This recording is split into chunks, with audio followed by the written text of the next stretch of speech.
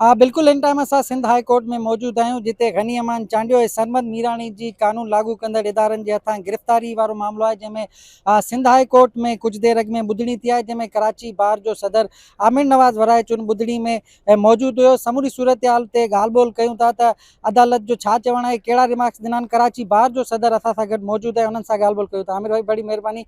क्या कहेंगे, कोर्ट में भी समाअत हुई, फिर कोर्ट के बाद चैम्बर में भी आपको सुना गया, क्या कहा जब जज साहब ने और क्या ऑर्डर होने वाला है?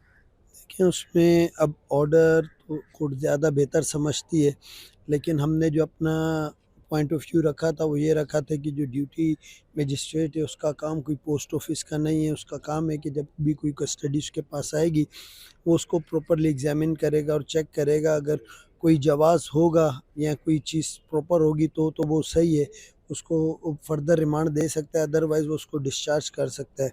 उसमें जो एक इशू आ रहा था वो ये कह रहे थे कि चूँकि जो मजिस्ट्रेट साहब हैं वो इस केस को ट्राई नहीं कर सकते हैं या कॉग्निजेंस नहीं ले सकते हैं, तो अगर वो उसका कॉग्निजेंस नहीं ले सकते तो वो फिर उसमें डिस्चार्ज भी नहीं कर सकते हैं।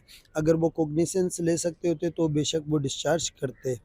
अब अदर साइड का भी यही कहना था कि जो जुरिस्डिक्शन थी वो जज साहब की नहीं बनती थी, क्योंकि वो उसका कॉग्निजेंस नहीं ले सकते थे। अब दोनों साइड्स के आर्ग्यूमेंट कोर्ट ने सुन लिए हैं और हमने जो भी रेलेवेंट टू दी कॉन्स्टिट्यूशन भी उनसे कहा कि 10A के तहत जो उनसे हर बंदे की लिबर्टी है और उसको जो है जज का राइट है कि वो उसको एग्जामिन करे और एक ऑर्डर पास कर सकता है। अब देखते हैं, उन्होंने कहा है कि कुछ देर में वो एक शॉर्ट ऑर्डर पास करेंगे। अच्छा आमिर भाई, आप डे फर्स्ट से इस केस की पैरवी कर रहे हैं। आप सिटी कोर्ट में भी मौजूद थे। एटीसी की बात करें तो कल वहाँ भी पेश नहीं किया, आज आप यहाँ भी मौजूद थे।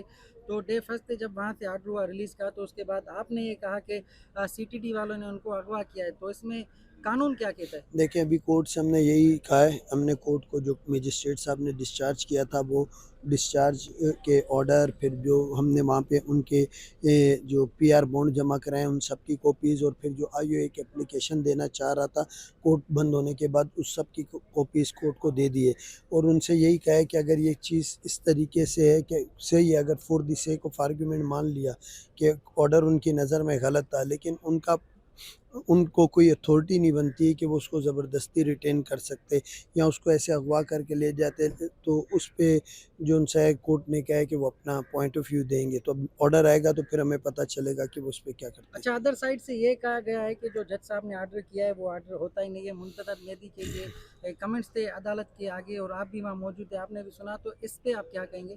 देखिए, हमने तो कहा है कि वो दे सकता है, आगे अब देखते हैं कोर्ट क्या फ़ैसला करती है। शुक्रिया। जी बिल्कुल, कराची बार जे सदर आमिर नवाज़ वड़ाइच सां सरमद मीराणी ऐं अमान गनी चांडी जे हवाले अमान गनी चांडे जे हवाले सां ॻाल्हि ॿोल कईसीं। उन्हनि जो चवणु आहे त कुझु देरि खां पोइ अदालत पारां इहो ऑर्डर जारी कयो वेंदो आहे ऐं कुझु देरि अॻु में ई इहा जेको आहे सिंध हाई कोर्ट जे चीफ जस्टिस सरबराही में ॿुधणी थी, जंहिंमें कुझु देरि खां पोइ अमान गनी चांडियो ऐं सरमद मीराणी जे हवाले सां अदालत पारां जेको ऑर्डर आहे उहो जारी कयो वेंदो। जी।